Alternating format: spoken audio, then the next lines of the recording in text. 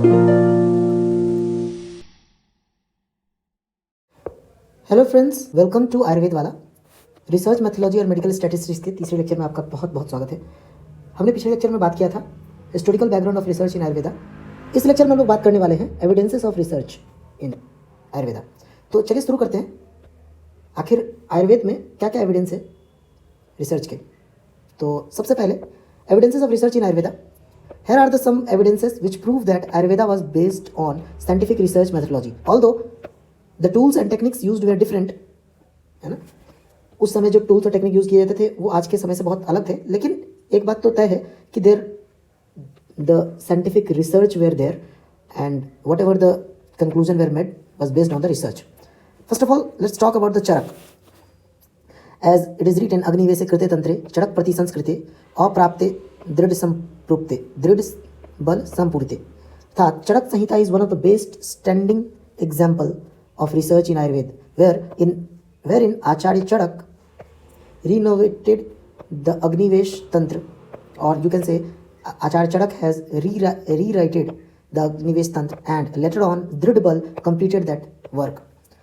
So we can conclude Charak Sanhita is scientific based. Now Acharya Charak enlisted various theories and siddhant such as Tridosh Siddhant। आचार्य चरक ने पंच महाभूत सिद्धांत, त्रिस्कंद आयुर्वेद, इन सब के बारे में बताया है। सठ पदार्थ के बारे में बताया है। आचार्य चरक के अनुसार सामान्य विशेष सिद्धांत के बारे में बताया गया है।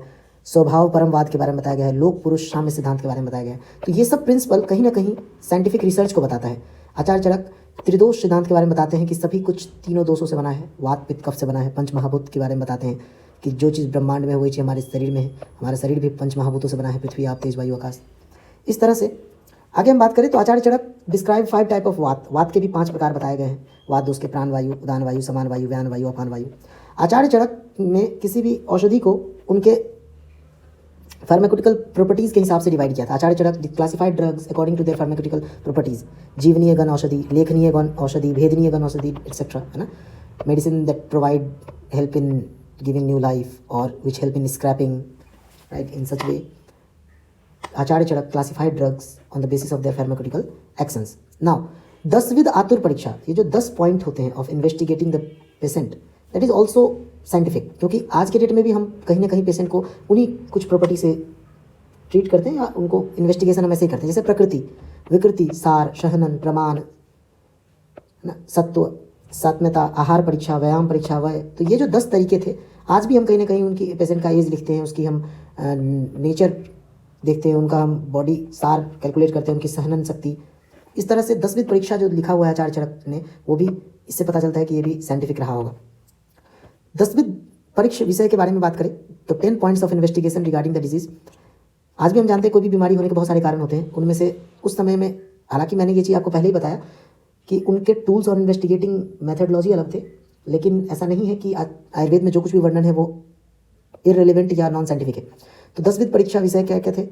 किसी भी बीमारी होने के 10 कारण चरक के अनुसार, उनके किसी उसके कारण, करण, है ना, कार्य योनि, कार्यफल, अनुबंध, देश, काल, प्रवृत्ति, उपाय। ये एक 10 तरीके थे जिससे भी कोई भी बीमारी की जांच की जा सकती है। अब आचार्य सुश्रुत के बारे में बात करते हैं। सुश्रुत आचार्य ने 10 तरीका कौन कौन से बताया, क्या बताया, उसके बारे में हम बात करते हैं। Acharya Sushrut is regarded as the father of surgery. Acharya Sushrut को सर्जरी का फादर कहा जाता है। क्यों? Because he describe various surgical meticulously such as अस्थि भंग, फ्रैक्चर ऑफ बोन के बारे में बहुत अच्छे से उन्होंने व्याख्या किया है। कैटरेक्ट के बारे में, जो नेत्र रोग है ना, जो आई डिसऑर्डर्स है, उसके बारे में अच्छे से बताया उन्होंने। राइनोप्लास्टी के बारे में बताया, नासासंधान, लिंगनाश, अस्थि भंग। तो सुश्रुत उस समय में जब उतना ज़्यादा साइंटिफिक, उतना ज़्यादा टूल्स डेवलपमेंट नहीं हुआ था, फिर भी इतने बड़े बड़े सर्जरी किए। He gave a detailed description of dissection.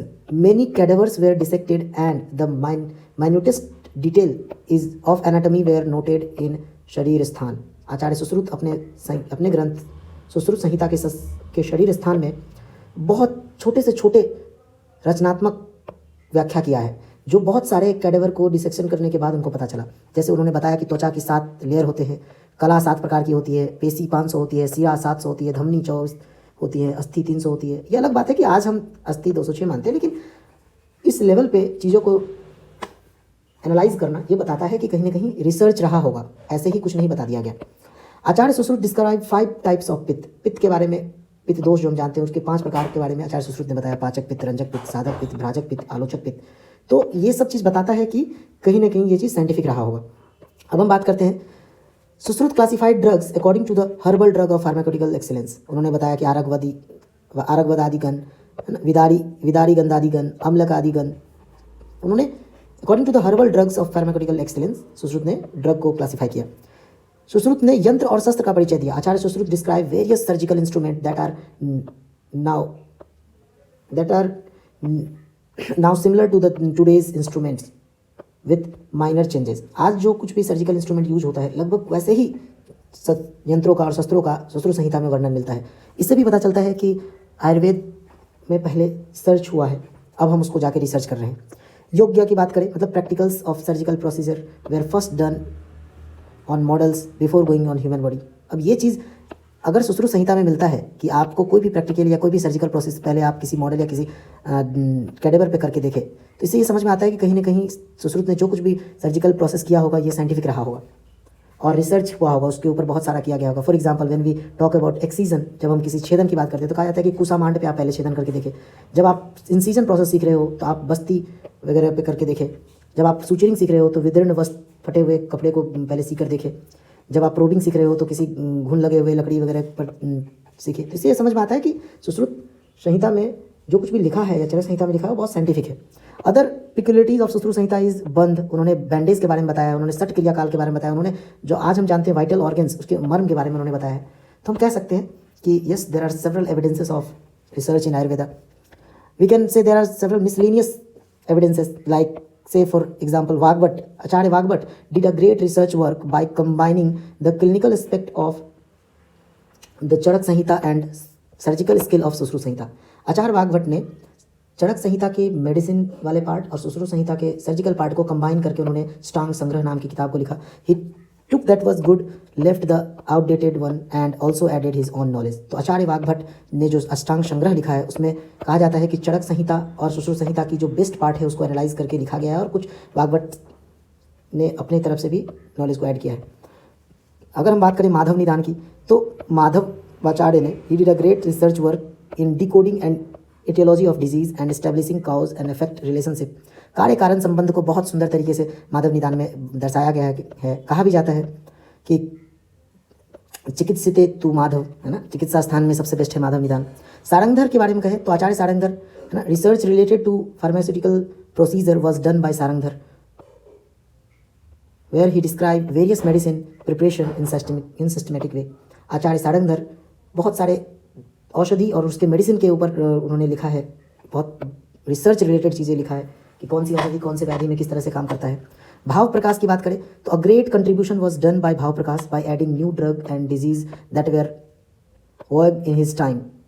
He describe phirang rog, phirang that is syphilis, syphilis के बारे में सबसे पहले भाव प्रकाश ने बताया है। Also added rasa chikitsa in herbal drugs. In this way we can say that yes, Ayurveda is based on evidence. There are different and many evidences of research available in the Ayurvedic text. So I hope it has been clear to you. So thanks for watching. If you like this video, please subscribe the channel